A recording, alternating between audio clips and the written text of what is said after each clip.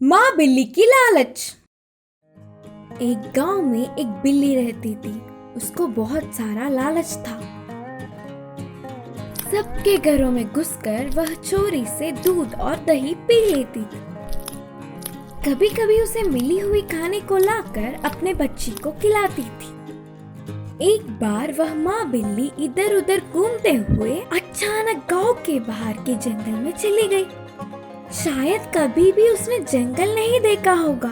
उसे जंगल बहुत अच्छा लगा और खुशी से भागती हुई पूरे जंगल में घूमने लगी। उतने में ही उसे जंगल में एक पेड़ के नीचे सोया हुआ बाघ दिखा।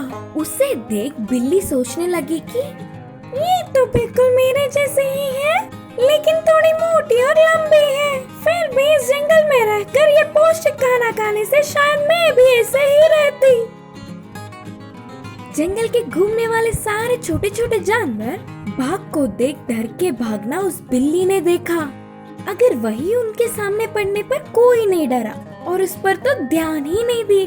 उनमें से कुछ जानवरों से बाघ राजा के बारे में जानी।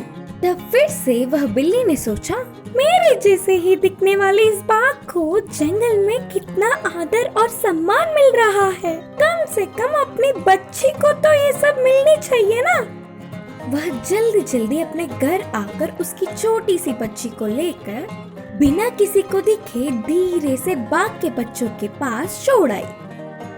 बिल्ली की बच्ची को ना पहचान कर अपनी बच्ची ही सोचकर ध्यान से बाघ ख्याल रखती थी और वह बिल्ली की बच्ची भी बाकी के बाघ के बच्चों के साथ खेलते हुए खुशी से रहती थी।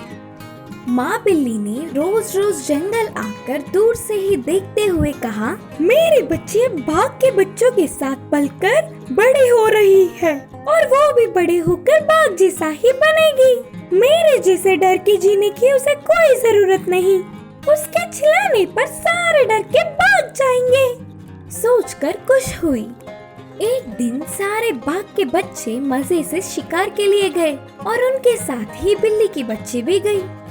माँ बिल्ली भी उधर आकर दूर से ही चुपचाप बैठकर बाघ के बच्चों के साथ खेलती हुई अपनी बच्ची को देख बहुत खुश हुई। इतने में ही अचानक उधर शेर के बच्चे भी आ गए। वे बाघ के बच्चों के साथ गपशप करने लगे। उन्हें देखते ही बिल्ली की बच्ची बहुत डर गई। इतने में शेर के बच्चों में से एक ने उसे पहचान कर कूद के उस पर पंजा मारा और उसके एक मार से ही बिल्ली की बच्ची की कमर टूटी। आखिर में वह किसी भी तरह बच के निकल गई। इतने दिन उनके साथ रहने वाली बिल्ली की बच्ची है करके जानने वाले बाघ के बच्चे चौंक गए। कोई धोखे से उसे लाकर उनके पास छोड़ गए और उनके लालच का प्रतिफल बहुत अच्छा मिला करके सोचे। गांव में पहुंचते ही अपनी बच्ची को देख माँ बिल्ली रो पड़ी। अपनी बच्ची को बिल्ली की तरह ही जीना दिया होता तो आज वो खुशी से रहती थी। अभी उसके लालच के कारण वह घायल हुआ करके बहुत उदास हुई। अब से कभी भी उसकी पसंद और लालच को जबरदस्ती अपनी बच्ची पर ना थोपने का निर्णय किया। साधु की महिमा। एक गांव में एक साधु रहा करता था। वह हर रोज घर घर जाकर भिक्षा मांगता था। वे बहुत दयालु और अच्छे मन के होने से उस गांव के प्रजा साधु के आने तक उनके लिए आहार सिद्ध करके रखते थे और उनके आते ही खुशी से समर्पित करते। साधु स्वीकार किए हुए भिक्षा की आहार को गरीब या रास्ते में गुजरते हुए लोगों को बांटते हुए बाकी का खाता था। कभी कभी तो पूरा आहार दूसरों को बांटकर खुद भूखा रहता। उसके बाद पूरा दिन एक पेड़ के नीचे ध्यान में लीन हो जाता।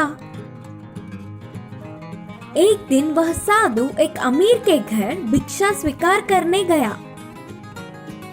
चाहे उसके पास कितनी भी संपत्ति क्यों ना हो, वह बहुत ही कंजूस और बुरी थी। अपने झूठे हाथों से कौवे को भी नहीं भगाती। फिर भी साधु की पीछा छुड़ाने के लिए उसने नया आहार भिक्षा में डाला। अगले दिन भी साधु उसके घर भिक्षा के लिए आने पर बासी चावल डाला। तीसरे दिन साधु के घर के पास आते ही उसने एक गंदी चाल चली।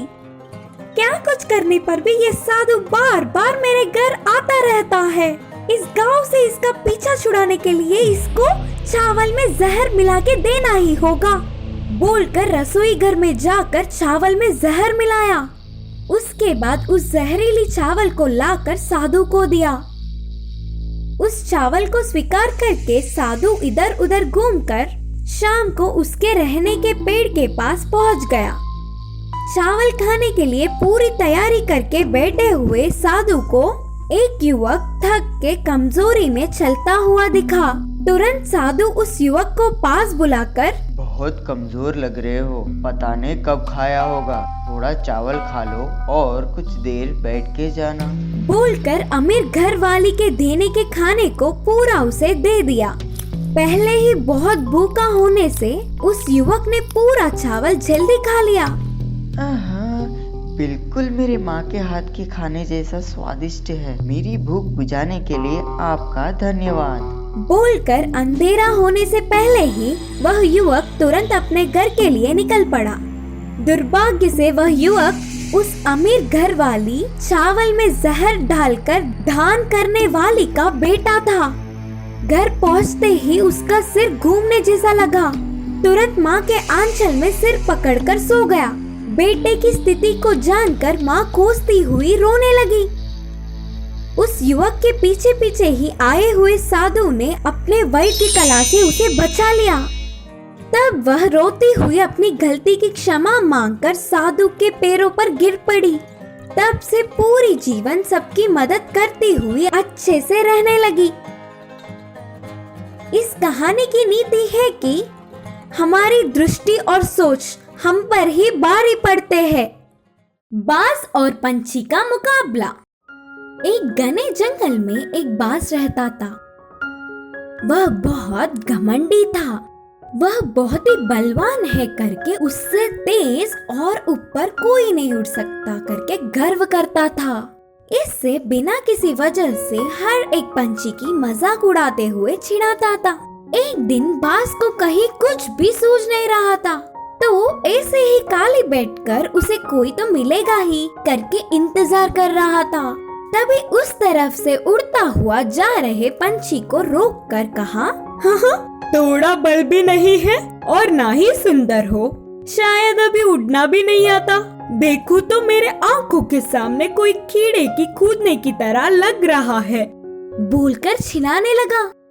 उन बातों से पंछी को बहुत गुस्सा आया और कहा, मुझे तुम्हारे जैसे आकाश में उड़ने की कोई जरूरत नहीं है। हर किसी के अपने अपने सामर्थ्य होते हैं।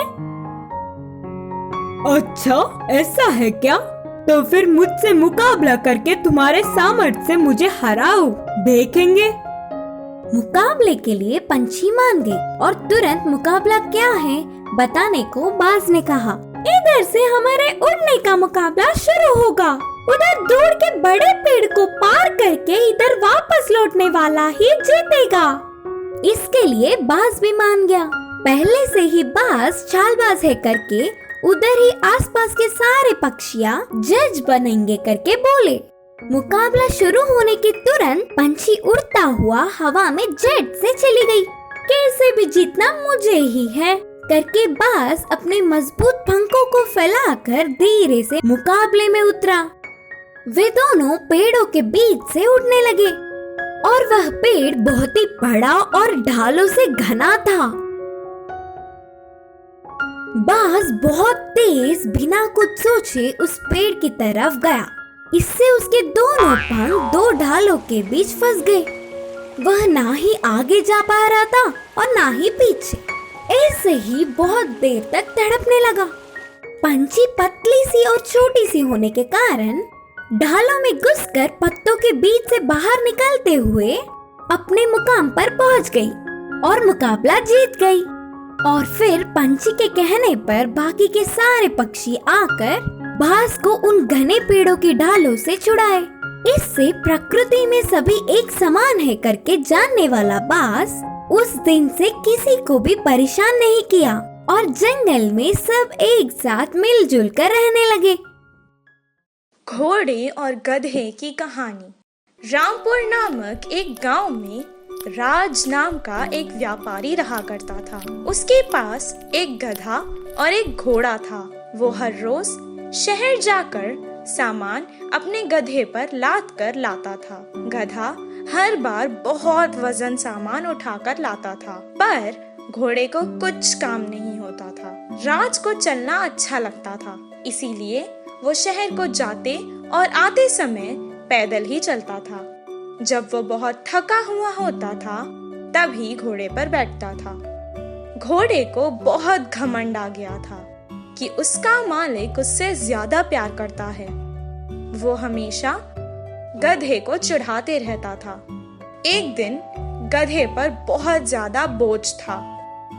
वो घोड़े से कहने लगा, दोस्त, ये बहुत भारी है, मेरी पीठ दर्द कर रही है। इनमें से एक बोरी तुम भी उठा लो ना। तुम्हारा एहसान मैं कभी नहीं भूलूंगा। जब कभी तुम्हें मेरी जरूरत होगी, जरूर तुम्हारी मदद करूंगा।